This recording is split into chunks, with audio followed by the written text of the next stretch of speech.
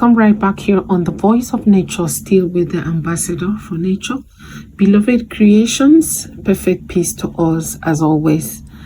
I did say I've been battling to totally surrender to those divine instructions and directives, of which are not child's play, like I said. Howbeit, those divine instructions were on all the encounters I've had before now, and on that mysterious fish incident, on which that has to be due to my stubbornness and disobedience, and the instructions of what the mandate before me entails. Finally, the step-by-step directives towards the missions ahead.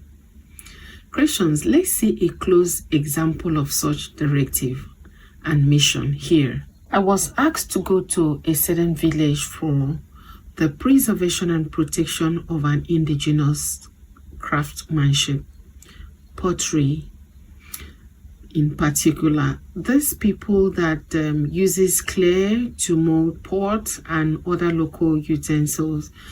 Pottery is the act of shaping and firing clay to create functional or decorative objects such as bowls, vases, cups, and sculptures. Its ancient crafts dated back to around 9000 BC. And in our various local communities, this artisans has created and expresses unique, high quality and functional pieces for everyday use that keep connecting us to our diverse cultural heritage and nature. Okay, after much delays, one day it was as if I delay further, my bread would be taken away from me. So that day, I struggled to get to that village with my team then. As we got to the village, I stopped and inquired from a certain man about the people that molds with clay that I'm directed to come here. The man responded, "Oh, they have all died except two remaining, a man and a woman." I said, "Please, could you direct me to the woman's house?" "Oh yes," he said. He did. We got there, but at a certain point, there was no road to drive in. So we parked somewhere and trekked down.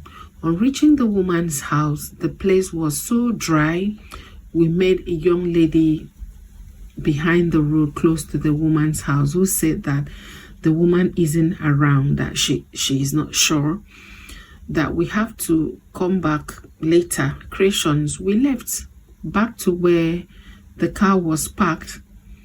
My spirit told me to go back to the woman's house. Reluctantly, I went back to the woman's house. I had to knock on the door for like 5 minutes. A certain woman in the next house, on hearing the noise, came out, told me that for days now, the old woman has not been seen, that she is not sure she's around, that I should have to go and maybe come back some other day. As I was about leaving, I was strongly warned not to leave, but to keep knocking. Christians, can you now imagine what I'm talking about? Can you just picture such circumstance or situation? All right, I had no option at this point than to keep knocking. After a while, to my greatest surprise, I heard a faint voice inside the house. With mixed feelings, I knocked harder, but there was no response still. My spirit ministered to me that someone is in that house, that I should not leave, rather push the door. So by now, the lady in the next compound walked down and was like, her facial look wasn't, friendly, as she had earlier told me to go and come back.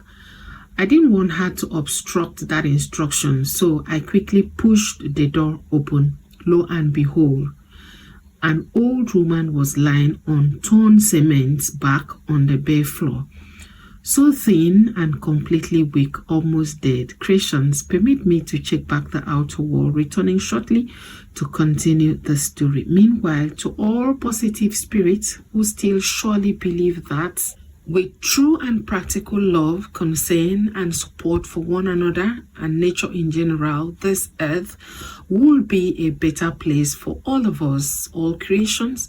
Kindly, please support this mission by subscribing or a follow, liking, drop your supporting words on the comment section, and share to spread the news of this mission to reach those with this divine virtue of practical love for nature.